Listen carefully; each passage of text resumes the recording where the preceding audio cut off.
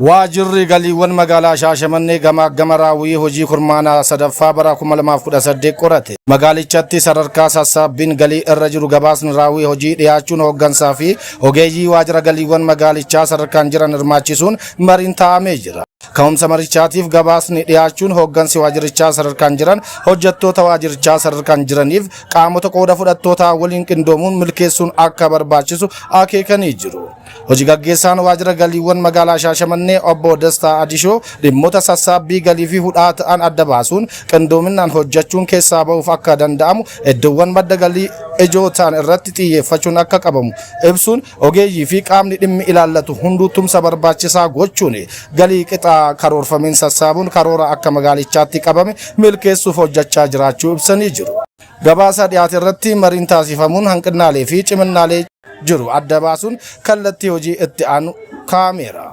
Itoophiyaan samii Afrikaa walitti jirti. CNN buufata xiyyaaraa guddaa Afrikaa doolaara biiliyoona 12.5 Itoophiyaa keessatti ijaaramaa jiru jechuun CNN gabaasa bal'aa baaseera. Magaalota Afrikaa gidduu balali'uuf imaltoota hedduun ardii Afrikaan ala gara London, Paris yookiin Dubaay qajeeluun isaaniif dirqama ture. Buufatni xiyyaaraa haaraa doolaara biiliyoona 12.5 Itoophiyaa keessatti ijaaramaa jiru garuu rakkoo kana hundeerraa fura jedha gabaasni CNN kun. Finfinneerraa gara kibba bahaatti maayilii 30 yookiin kiiloomeetira 48 fagaatee Bishooftutti kan ijaaramu piroojeektiin kun ijaarsi isaa ammajii bara 2026 keessa kan jalqabame yoo ta'u, muummee ministeeraa Dr. Abiy Ahmed piroojeektii bu'uura misoomaa aaviyeeshinii seenaa Afrikaa keessatti isa guddaa jedhanii ibsuu isaanii xiinxalli CNN kun ni eera.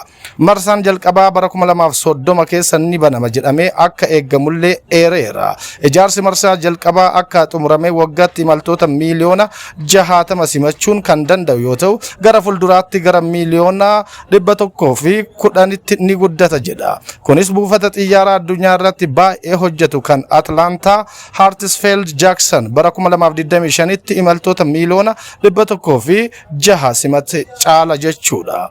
Baasii fi ijaarsa piroojeektii kanaa kan gaggeessu daandii qilleensa Itoophiyaa yoo ta'u, doolaara biiliyoona 12.5 keessaa dhibbantaan 30 daandii qilleensichaa ofii isaatii uwwisa jechuun hojii raawwachiisaa olaanaan daandii qilleensa Itoophiyaa Masfin Xaasoo CNN itti himaniiru. Itoophiyaan wirtuu aaviyeeshinii Afrikaa ta'uu kan eeru CNN buufatni xiyyaaraa boolee dandeettii isaa xumuraa waan jiruuf buufatni haaromni kun Itoophiyaan Afrikaa walitti hidhuu keessatti gahee hangafummaa ishee akka itti fuftu taasisa jedha. Fe'umsa meeshaatiin waggaatti meeshaa toonii miiliyoona 3.73 geejjibuu danda'a. Kunis daldala bilisa Afrikaa akka mirkaneessu hime. Fedhiin geejjiba meeshaalee biyyoota Afrikaa guddachaa akka jiru kan eeran Yuunivarsiitii Arizonaatti qorataan hooggansa idila addunyaa Laandarii Sinyee fedhiin jiru waggaa waggaan dhibbantaa 16 guddataa jira jedhan. Buufatni xiyyaaraa haaromni kun fedhii fe'iinsa Afrikaa kanas akka guutu himanne. Waggaatti galii doolaara biiliyoona 8 argachaa kan jiru daandiin qilleensa Itoophiyaa bu'uura misoomaa babal'isaa jiruun galii biyyaaf caalmaan akka maddisiisu himan. Manni marii Biriteen dhaloota haarawaa tamboo irraa ittisuuf seera haarawaa raggaasise. Manni marii Biriteen dhaloota haarawaa tamboo akka hin binne kan dhorku seera dhaloota tamboo irraa walabaa ta'e raggaasiseera. Seerri manni maree biyyattii raggaase kun lammiilee Biriteen bara 2008 booda dhalatan sijaaraa fi oomishaalee tamboo biroo akka hin binne kan dhorku ta'uun ibsameera.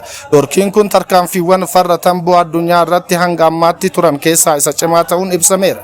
Seerri kun hojiirra ooluuf eeyyama yookiin mallattoo mootii Chaarlis sadaffaa qofa kan eeggatu yoo ta'u, bara haaraa faranjootaa dhufurraa eegalee England, Wales, Scotland fi Ireland kaabaa keessatti hojiirra akka oolu eerameera. Ministeerri fayyaa biyyattii West Streeting miidhaalee tamboo waliin wal qabatan dhaabuuf tarkaanfii guddaa ta'uu dubbachuu isaanii Novinet.com gabaaseera. Manni marii magaalaa Shaashamannee yaa'ii idilee 49ffaa bara hojii lammaffaa waggaa 13ffaa gaggeessaa jiru. Mana marichaatiin cuunfaan qabuun yaa'ii idilee 48ffaa bara hojii lammaffaa waggaa 13ffaa dhiyaatee sagalee guutuun mirkanaa'eera. Gabaasni raawwii hojii kurmaana sadaffaa bara 2018 seektaroota mootummaa filatamanii kanneen akka waajjira turizimii, saayinsii fi teekinooloojii, dhimma dubartiif daa'immanii, dhimma hojjetaaf hawaasummaa, investimentii akkasumas baajanni dabalataa bara 2018 dhiyaachuun kan mirkanaa'u ta'uu isaa ni eegama.